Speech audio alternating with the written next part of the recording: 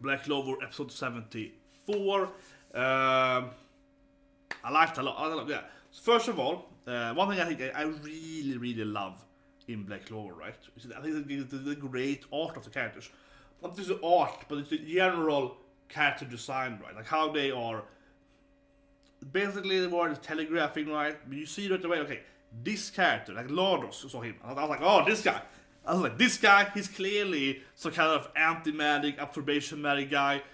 He's like, you know, attack me, bro. He has that kind of personality, right? Where he taunts them, he has no armor, he's like, you know, completely open in the middle. He's like, come on, here's a bullet on my body, yeah. So he's begging to be attacked, right? With the other guy next to him was like, you know, fully crystal armor, right?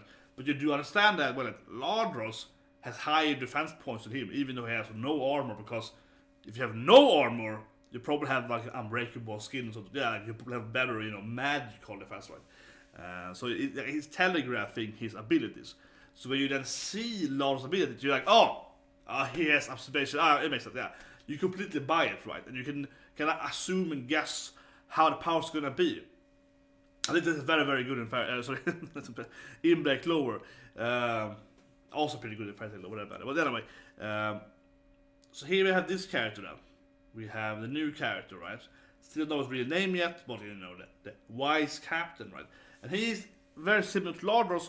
I think his design is very good in that sense, because right away you're like, he's a kind of like taunting troll guy. He's like, oh, I don't want to fight. Oh, I'm sleeping over here. Like this guy, you know, everyone hates him. They like, let's kill that guy, and so on, right? And then he has like, oh, I can reflect magic. So of course you feel the same thing. That he's like, you know, taunting them to attack him, right? He's kind of trying to get them to get that damage, right? And he's like, oh, I can just reverse that magic to you. So that makes 10 times sense. So I really like that, right? I really love how him as a character is like the personality fit his magic, right? Even more so is that because he's like, he apparently has to make traps, so it takes like a long time to prepare them, right? And that's why he was both tricking his opponent and his allies, right? Yeah, and using Asta as his own trap maker there to enter his own trap, so he would then be able to, you know, reflect people throwing away at Asta, right? So that is very, you know, he has to like, you know, he has to he has to be very pre-planning, right? He has to be, you know, very proactive and plan out and so on. And then again, fits the personality. He pretends he doesn't care. He's like, oh, I don't care about this bad. I'm just gonna rest over there. Then it's like, he's actually like super into it. Like, oh, I'm doing this thing here. Yeah. So he has to pretend he doesn't care. Right? So I think it's very good. Like his personality, and his characterization and so on. The little we have seen so far, it fits his trap magic to a tier. I think that's very good. It's one of the absolute strengths, right, of Black Clover. As I mentioned again, like Lardros, I think was the best example, because Lardros, as soon as I saw him, I could just guess exactly his magical abilities from just seeing him. Like, okay, that's character, okay, that's Barbara, yeah, and that's great. It's like because that means the art and the personality and so on, right, the character design generally fits the magic perfectly. And this guy, in the same time, he's like, you know, oh, I can do this thing, and you know, also fits the magic. He's very troll, very taunting. He's very like, you know, demeaning and very like belittling everyone else, because he wants them to, you know, become careless. He wants them to be angry, and he wants to control everyone's emotions. He can trick them into trap and so on. So it makes perfect sense, right? So I think that seeing him as a trap magician guy, I love it. I think the character design is amazing. For me, I think that's one of the absolute best thing, and one of the best things with the Clover. You always kind of know when this kind of thing. The same with like, you see Vito. It's like, oh, that guy's beast magic, you know, yeah. That guy, long hair, teeth. You're like, he's a beast magic guy. I see it, yeah. Like, I buy that, yeah, I buy that. It's like, it's very clear, right? Fana, you know, red hair, fire magic and so on. You know, I think in particular, Tabatha makes it great here with this kind of character, this guy, with Zero, yeah. He's doing them, yeah. But it makes it perfectly with these kind of characters, as his magic is kind of like trap ash magic, right? Where the other ones have, you know, it's like, well, his wind magic. It's pretty like, okay, wind is wind magic. It's pretty, you could understand right away what you do with wind magic, right? But someone has like trap reflecting magic. It's like, you know, it's harder to kind of, it's very more abstract, right? It's harder to kind of, you know, envision, okay, what can the magic do and so on. And then I feel even more, it's important to telegraph that personality, telegraph their abilities and so on in how they act, right? Not just how the magic works. So you can, because now I can envision. I was thinking he has some kind of reflective magic before as well, right? Or something like that, like he kind of turned it back to them and so on, in whatever. But now we know he can even make, like the kind of parrot trap and so on for Asta. So, that can envision more on that, right? Okay. Not only just reflecting, but it's more about traps, right? It's more about making traps, and sure, many traps will be like Yu-Gi-Oh, where I reflect your ability, so maybe I will absorb the ability, you need more that, and then because of that, we can now think, okay, what can he do more? And because of the great characterization, quick, very effective characterization, we can right away assume, well, he's saying this stuff, he's acting like this, so he probably also have these kind of trap magic, right? So I think that's very, very excellent, and happy to see that. But anyway, yeah, it's a great character. He won, of course, the end and so on. Talking about the other battles, I think the general battle before he entered and won, I think that was really nice to see Mimosa being awesome, of course. That was really great. Mimosa has, of course, leveled up a lot right since last time, and I love the matchup. I love the match scene with her and Asta. And she's always like, "Oh, Asta caught me! He's so strong!" That was great, right? She is, I think maybe Rebecca or Mimosa, for me, is absolute waifu, I think, in Black Clover.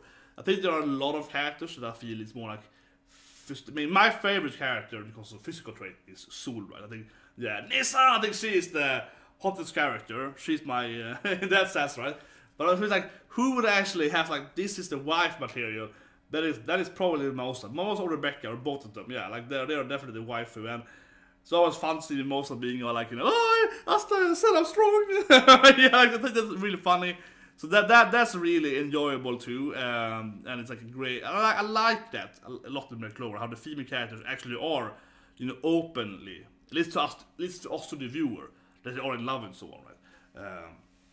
We're in many other shonen, right? The female characters should be kind of like, you can kind of assume, but you never really see it from their perspective, right? And it's kind of like, I know, yeah. But here we have that, we have the Charles Yami, and so on. Noelle, of course, constantly is into Asta, so on. But I like that the VC, dear, inner thoughts, right? Much more in this anime, I feel, than in many other shows I mentioned. So that's enjoyable, and at the same time, we do see Noelle, and she's like, damn it, she's pretty strong, and they're like a great combo together. I have to be better too for my Asta, yeah. Well, I mean, I don't care about that she's like getting with Asta, I don't care about that. Yeah, I think that's really fun. So I think it's really great, and it's probably gonna be some jokes with her and Unit and stuff like that. But anyway, as I mentioned last week, I really like the rules, because it's a great idea, because then it makes people like Mimosa stronger, right? Because you can make her guarded around it and carried around and so on, yeah. And also, man, that radio thing she has, that was very, very potent. So, oh, you're standing over here, it's over here. Like, that is great. That is awesome. So, that was great too, that she's actually really, really competent. It does feel, though, that if they actually start teamworking for reals, and he's not like tricking them to teamwork, he's like planning out the teamwork, her power to be able to detect where everyone is and so on, is like the perfect trap thing. He can be like, okay, she can be like, okay, they're coming here, put the trap over this, like, okay, yeah, and they actually, like, that would be a great combo, actually, but he's probably gonna, team up a little bit more proper later, right? Now he goes to max effect in the boat. But that was fun. The other guys, we messed with the rock guy fight. They really quickly managed to use the spells together. They're like 1 second. They're like, oh, here's a massive fire bow now. Yeah, what? Yeah. So whatever. They were pretty competent. Of course, they fall for the trap magic. Overall, I think it was a great episode. It had the issue though with the classic anime filling out time here. We see everyone's face. And everyone's doing one comment each, and you're like, I'm so nervous. And then the guy's like, yeah, you could watch the la la la. Yeah, so you see like every character does it twice, 3 times they did that. They probably spent like 2 or 3 minutes on that, right? And that's a little like, if that wasn't in there, I think it would be a perfect episode. But because we have that going on, it's like, man, they're clearly spending like a few minutes of it per episode doing that, like in the beginning of the anime. Yeah, they're like, that's clearly a minus though. Okay, so the last thing then, we see the brother, of course, of Mimosa. I guess it was a brother, or at least a family member of her, even the same name, right? She hates him for some reason.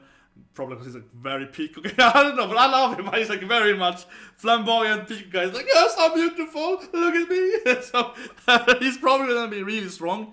He has some kind of weird like dance peacock magic. So I think I'm looking forward to see him fight. Then they're gonna fight them in the next battle, right? Because they're probably gonna win in the opening. Kind of shows that they're very likely gonna, you know, Sule and Magna also being somewhat, you know, named like, you know, important characters. They're clearly gonna win, right? And then next battle we're gonna have Mimosa against her brother. So it's a lot of like these relative fights there, because we have Noelle against her brother as well, right? So it's a lot of it, and then probably Fiddler by too. So it's a lot of it like fighting your evil brother.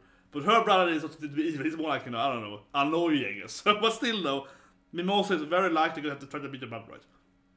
And that will be the battle. And I really want to see Sule and Magna doing like some kind of magma. They keep fighting, right? Like giant woman. Yeah, they keep fighting, but they probably have to kind of cool combos eventually, right? With their fire and earth magic. It's like the natural combination magic, one of the classic combo elements, right? So they're probably gonna be doing some really badass Magna abilities, right? So I'm looking forward to see that.